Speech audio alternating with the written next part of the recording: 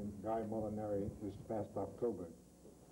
Today I'm going to be starting a series, and the first of which is an interview with the two sons of Harlow and McMillen, my predecessor. Harlow and McMillen was in the position since 1934, and he contributed a lot to Staten Island, and I am an admirer of his. But I think I would like to see his sons give us a little reprise as a tribute to him. I'd like to start out first by introducing the two sons. On my left is Harlow McMillen. On my right is William McMillen.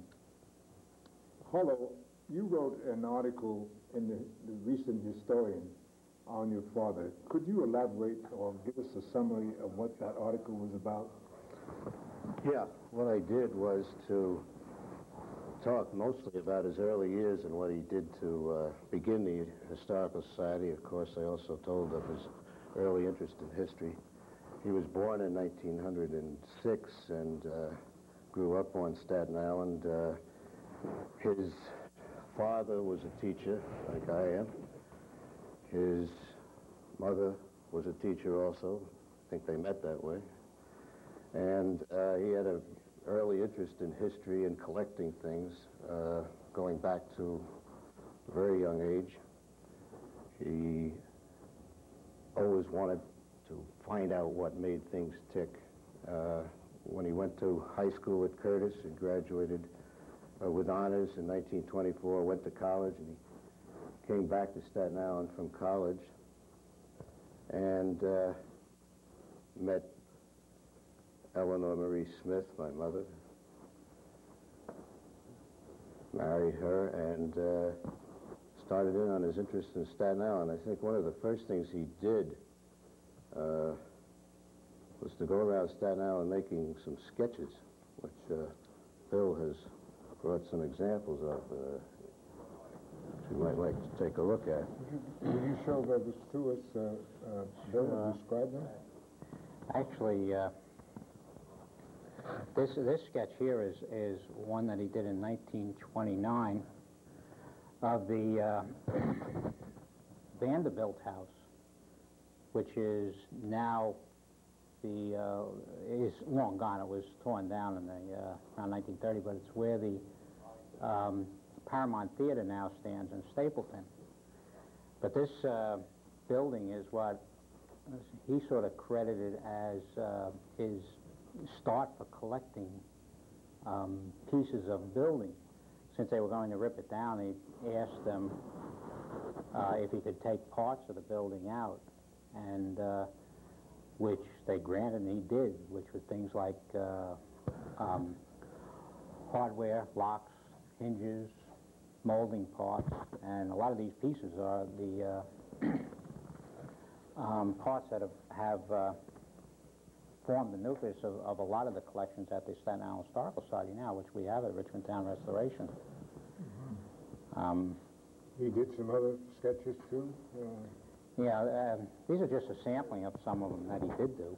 But this is the Christopher House, which is also now at Richmond Town. This was moved to Richmond Town in 1969, and we've rebuilt it, though it's not open to the public yet, hasn't been finished. And there's a third one which I brought along, which is which was the Rossville Tavern. This building stood on Arthur Kill Road in Rossville, or what was the Old Blazing Star. It was called the Old Blazing Star Ferry. And this was also ripped down in 1931 or 2, I think. Also, some of these, at the same time he was doing these renderings or sketches of buildings, he was doing some architectural drawings of them. And this is the same building, the Rossville Tavern, and it has the a front elevation as well as a floor plan showing where the second floor ballroom was and all the other rooms in it. Well, you know, while he was doing this, he's only 21, 22 years old. He graduated from... In 28 from college, in 1928, from Union College in Schenectady. He was a civil engineer. He got a job at the New York Telephone Company, just at a time when the Depression was beginning, so he had an occupation, but those were tough times. He went around doing this on his own. You could see his talent. He also was taking courses at Columbia in architecture, so that was his field, as well as history at that time, as well as history being his avocation almost, but it became I understand that he also did some artwork. He was proficient in art. I remember reading an article about some of the work that he saw in other people, and he could describe them as would an artist. Yeah, he would. He did some watercoloring. He took some classes in yeah, it was all through the architecture. In art, and then he went. He did these watercolors, and they were in a medium. He was copying a style of actually in the 30s, early 30s, late 20s, and they're quite nice. There's quite a few of them. Again, they were buildings and various scenes. He also did a map, 1933, the map of the Revolution. He took three maps that were drawn during the Revolution and combined them into one. And by doing this, he come up with a lot of information on early buildings on Staten Island. And this map is still used today for a lot of our site work and various archaeological digs. They use it all the time. We still sell copies of it at the Historical Society. Well, I didn't really fully introduce you. You have some relation, you work at Richmond Town, is that correct? Right. And what do you do there? Well, I'm supervisor of restoration, and what that means is I'm in charge of the restoring and maintaining the buildings themselves, the 29 buildings that we have there. And so you knew quite a bit about what your father had done before to set Richmond Town up. Very much so. I mean, he got me interested into it, and it was 1963 when we after moved the first house in there, and they asked if I, when I needed a job, and did I want to work there? Oh, fine. So I did, and I've been working there ever since, and restoring buildings, and it just sort of something came natural to me. It was my father. Yeah, I think he always instilled it into all of us. We went to many museums and many restorations. Those avocations? All the time. In the car, go. Did you go off the island? Yeah, sure. All throughout the east, really. All up and down all the these restorations. I was just going through a box of stuff from his library up in the attic and bringing down all these pamphlets of all these restorations. And it's amazing how many existed back as far as the 1930s and 1940s. And I can remember some of them that we went to. Some I can remember, some I can't. So we were there, maybe he got them from someplace else. But it's this drawings that got him involved in the Historical Society. As he told it, and as I tell it in the article that I wrote in the Historian, he was drawing some houses in Mariners Harbor. And it was a day in August, and where he was photographing them, and then he'd sometimes photograph them and draw from the photographs, I'd imagine, rather than go out on a field and do it. And he noticed coming towards him a group of people, which was led by a man which he knew, and it was William T. Davis.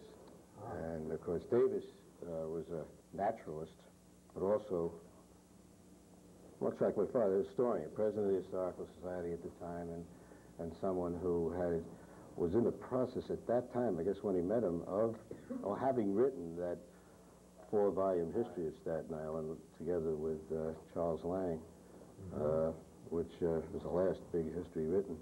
And Davis took a look at my father and asked him what he was doing, and father told him that he was interested in history, and come along. Next meeting, he was there, and that began it. He was at the Historical Society. Yeah, I went to the Institute meetings first in 1929, and then by 30, I think it was 31, at the Historical Society, and joined that. And then he was appointed sort of curator, they called it at the time, right? It was, or was it? Yeah, they had a couple names, but I think curator was the first, as I recall, or second. He was appointed that right away. And yeah. Could you So show that, there's Davis picture of himself and my Davis? father a little later. yeah, there's this photograph was taken of my father sitting with William T. Davis in, what was it, 19... Well, they say 40, circa but I'm not 1940. sure. Yeah. Could be earlier. Mr. Davis had, he died some 5 years later, 1945. But, Would you say something about the house that the Richmond town is working on now, the Crocherin house, and what its state is, and what the average person can do in relation to that house? well, look, the Crocherin house is one that had always been in the Richmond town's plan. It was one that was incorporated in the original plan that my father had put together in 1952, 54. And we had never been able to acquire it up until it was 1987 when we moved it to Richmond town. But we finally acquired it at that time and moved it in. And he had been retired by this time, of course, and so he became quite interested in this, watching us move it, and he would every day make sure he got out there to see it and watch it. But anyway, we got moved. What a job that was, but got that to Richmond town, and we've been slowly working on it, got the foundation restored, and we're working on parts of the exterior now, windows and roof, trying to raise money at this point for the chimneys. And so what we're doing now, actually, we've been going to finish this house and raise the rest of the money and finish it as a memorial to him, because he had been so interested in it. So we've been, all contributions that come into that house now, it's in his name, and we're trying to... Specially allocated to the rest. Specially allocated for that. We need it's about $250,000 to finish the house at this point. Okay. Which he'd never understand, right? Well, when he was in the historic site, it didn't cost that. It didn't cost that. The money, the difference is a big difference today. Well, of course, being born at the time he did, I think could do things. he thinks in money in different terms. And I guess among the many roles he played, he wasn't a financier. He could put things together, but perhaps he raised money. Oh, yeah. He had to know how to raise money, but I suppose he still did. He worked all his life with volunteers, so he got a lot out of very little with a very little amount of money. He always wishing that there would be a paid staff and working towards that goal, which was accomplished finally. Well, he started that in the 30s. He was asking when they got the museum building they got, which is the old county clerk's office, in 1934, and then finally opened to the public in 37, and from then on he had always tried to get a staff, petitioning the borough president to get a paid staff. And from that time right through after the 40s, into the 50s, and into the 60s, and finally it was 62 when they started a paid staff on the restoration. But all that time before that, it was done by volunteer work. Whatever was done by them. All volunteer work. Because the war came in the middle of all this, World War II, and that prevented paid staffs. The Depression was when they started, and that didn't help for paid staffs. But he was a great organizer on organizing the volunteers. And he got a lot of help from some of the good old originals in the Historical Society. They'd go down every Tuesday night and then every Friday night after about 1940, every Friday night of the year, and meet in the basement of the Historical Society and work on the collections and set up new exhibits and catalog what they had. And God knows what else they did, whatever you have to do. During the 1930s, the WPA was down there working. There were about 25 people all over the island getting information from the wills and the newspapers and so on, and set all that up under his direction. Yeah, and all the time, he's an engineer with a telephone company, a full-time job. How did he manage to get no. to take you to do all that and take you with him on his trips? Well, those were vacations. He managed to get. Oh, he had vacations. Yeah, Okay. from He the took time telephone off. company, right. Shouldn't say every Friday night. Mostly.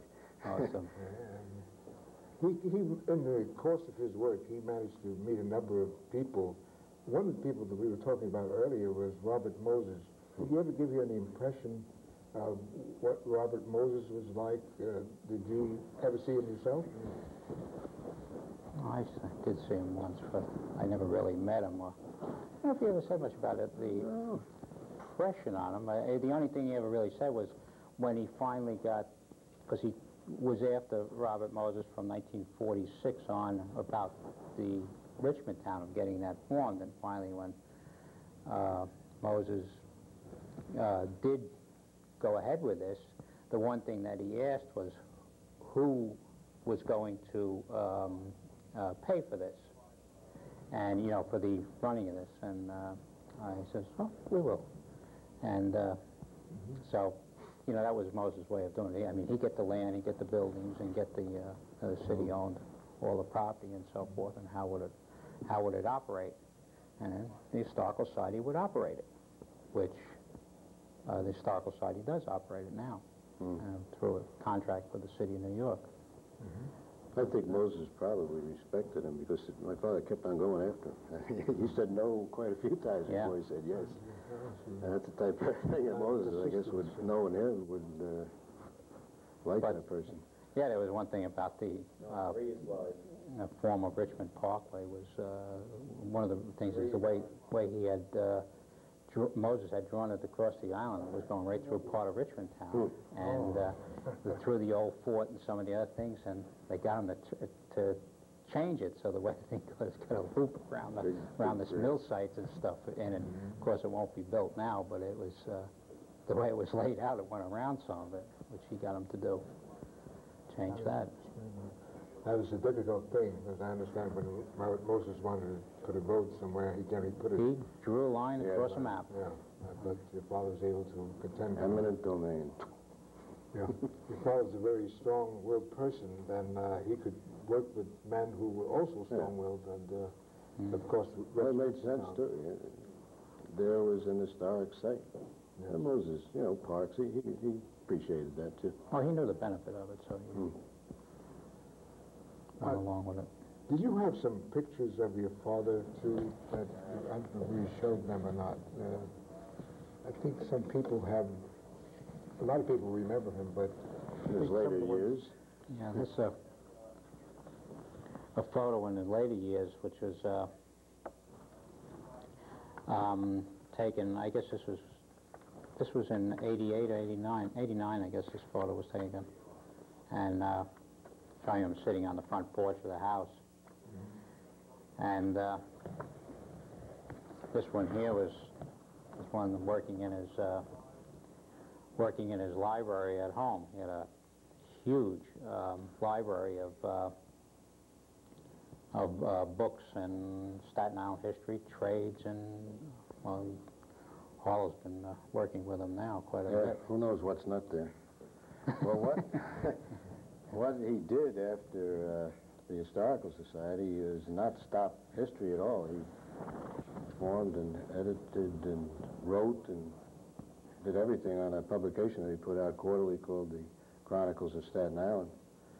And that was all his. And he just went into the very early history of Staten Island with that, the old deeds and the records, and really doing research that he always said never really was done by any of the historians, really digging into the original records. They would hit on them, but they didn't know that much about actual researching things and finding documents and putting it together. And my father just knew the maps and the deeds, and he could, the names, and he could put things together that nobody else could, and now can't. He was Mr. Staten Island as far as that wealth of knowledge stored in his head.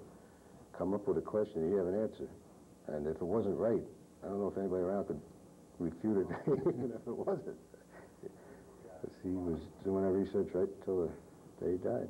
I'm glad that he did the Chronicles because it made quite a difference. One of the articles, or one of the subjects which we didn't talk about here, was cemeteries. He also knew quite a bit about cemeteries. I happened to be, at one point, and still am, the president of Friends of Abandoned Cemeteries, and we had him visit us because of his knowledge of cemeteries, which he said he got from knowing Mr. Davis. Yeah.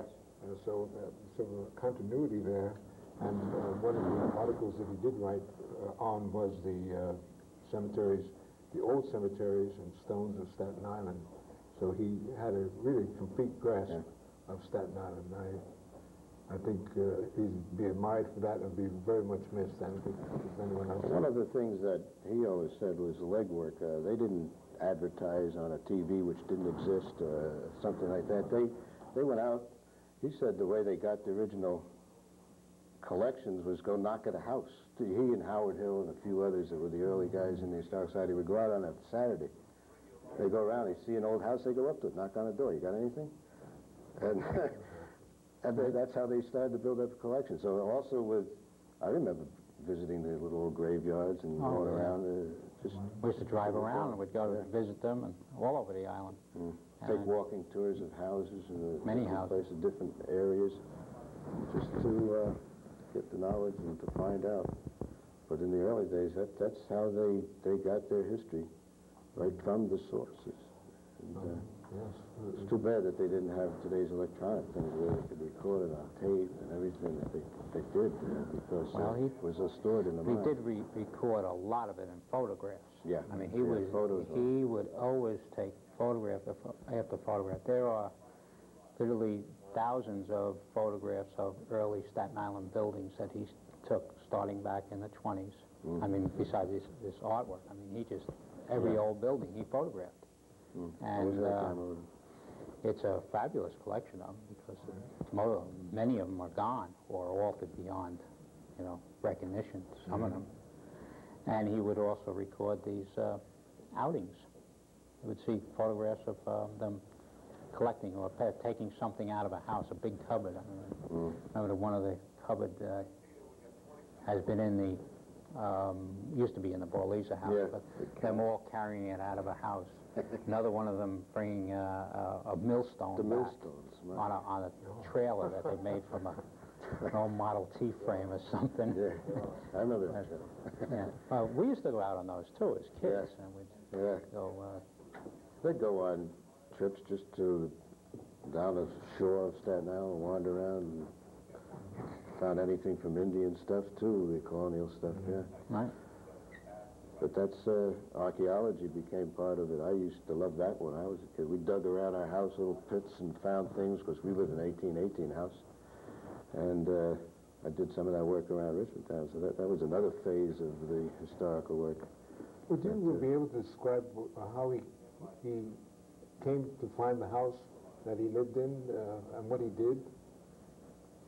Well, you've been looking at some of those records too, but it was in the war. Well, the house, the house is was called the Golden Rectory of St. Andrew's Church, and it was the rectory when David Moore was the rector there, and it was given to him when he was retired, and it was in the Moore family until 1944, actually, when my father bought it.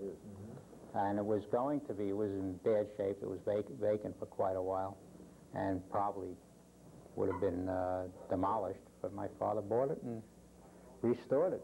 And we lived there all our early years, and my mother still living there now. Yeah. Did it have much space around outside? It's about an acre. Yeah, there was a barn in back, which was one of 3 original ones that was left in. Yeah, it's good enough for a garden. There's enough room for a garden on the side. And, big area in the front. He was a good gardener. He liked to. He was a gardener too, you said? Oh yeah. Sure. Well, he was. Besides his background family, they all come from farming in the upstate New York. That's where the family came from. I mean, they So he got his interest a lot in tools and stuff. He was a member of the Early American Industry Association. He was an expert on so many different things. Tools, early American tools is just one. He was a founding member of that American... Pretty close. Joined 1 month after it was founded. Good. Almost. Yeah. But he was with that all the way through to the... Right to you. And well respected in that, and well respected in other organizations that he was named to and joined, that in historical restoration and collecting throughout the East, and wrote many articles about it. So he was not... His collections for the Historic Society, he always wanted to be Staten Island inclined, but he went beyond that to the local history work throughout the area. And in the end, he was a consultant on many restorations and houses and so on. He consulted all in New York State and lower counties and New Jersey and many, many houses. He was... Yes, I noticed in your article, Harlow, there was a mention of his collaborating with a Rosalie Fellows Bailey. Right. Who did some work on early Dutch houses. Yeah. And she wrote a book, 1936, called the Dutch Houses of the Lower Hudson Valley, I think, and he worked on that with her for all the Richmond County houses. And like that book was, it was republished by by Dover, but it's out of print again right now, so it's hard to find. But he, and of course Bill does it now, and almost as well, I'd say, if not better. But that's the thing that he did, the accurate restoration of things, whether it's a house or a piece of antiqueware, to get it right down to the nails, to the glass in the windows. Everything dates something. Although I'm not into it anymore, I can usually look at a house, and because of my father said, that was built between 18 and I'm usually right, even though it's been changed. well, those are things that he's taught me early on, and I've continued on with that. And I mean, you learn something new in this business and restoring houses every day.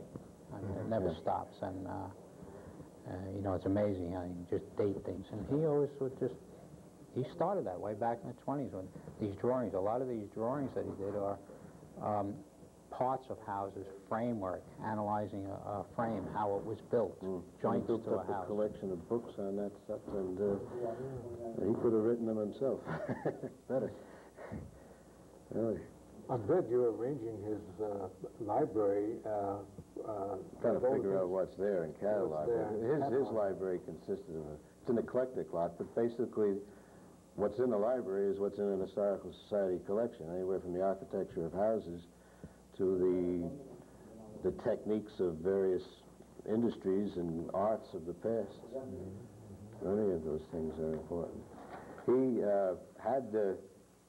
He wrote about the Volunteer Society, and if I have time, I'd like to read just one thing he said about what would we collect, whatever relates to this history of Staten Island. We realize that in spite of our formal schooling or popular belief, history was not made alone on the battlefield or the deeds of great men, but equally as well in the everyday life of the farmer, the artisan, the professional man, or housewife.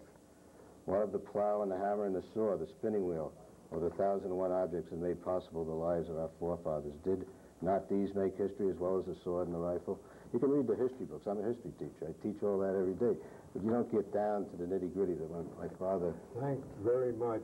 I certainly enjoyed this interview with you, not only for your presence, but because of all the things that it evoked about your father, Harlow McMillen, the previous borough historian of Staten Island. Thank you very much. Thank you.